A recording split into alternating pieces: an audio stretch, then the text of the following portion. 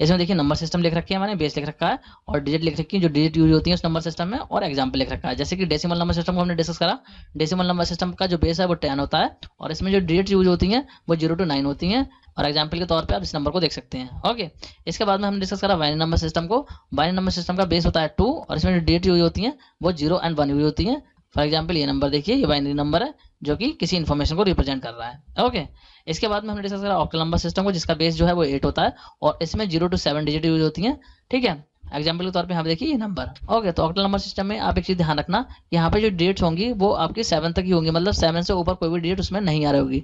अगर 7 से ऊपर डिजिट आ रही है कोई भी उस नंबर में तो इसका मतलब वो ऑक्टल नंबर नहीं है। ऑक्टल नंबर में कभी भी 7 से ऊपर डिजिट नहीं होगी। ओके, एंड फिर हमने डिस्कस करा हेक्साडेसिमल नंबर सिस्टम को, जिसका बेस जो है वो 16 होता है। क्यों होता है? क्योंकि इसमें जो डिजिट होती हैं वो 0 to 9 नंबर यूज होते हैं और A to F अल्फाबेट होते हैं। ठीक है, तो इसीलिए इसका बेस 16 होता है। For example this number. ठीक है, इसमें जो है देखिए अल्फाबेट भी यूज हो रहे हैं और नंबर भी यूज हो रहे हैं। ठीक है, तो हेक्साडेसिमल नंबर जो होगा वो कॉम्बिनेशन से बना होगा नंबर और अल्फाबेट के। ओके, तो आई होप आपको इतनी चीज समझ में आ गई होगी।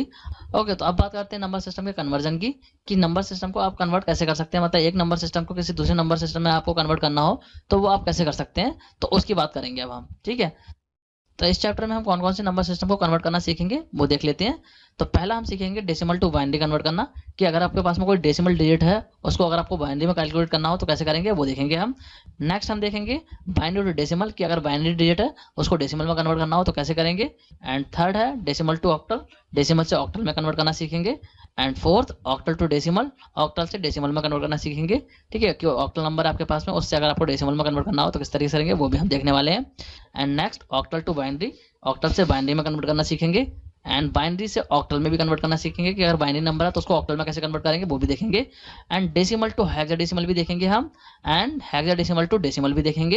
एंड बाइनरी टू हेक्साडेसिमल भी कन्वर्ट करना सीखेंगे और हेक्साडेसिमल टू बाइनरी भी कन्वर्ट करना सीखेंगे इस चैप्टर में। ठीक है, तो ये सारे कन्वर्जन हम इस चैप्टर में सीखने वाले हैं। ओके।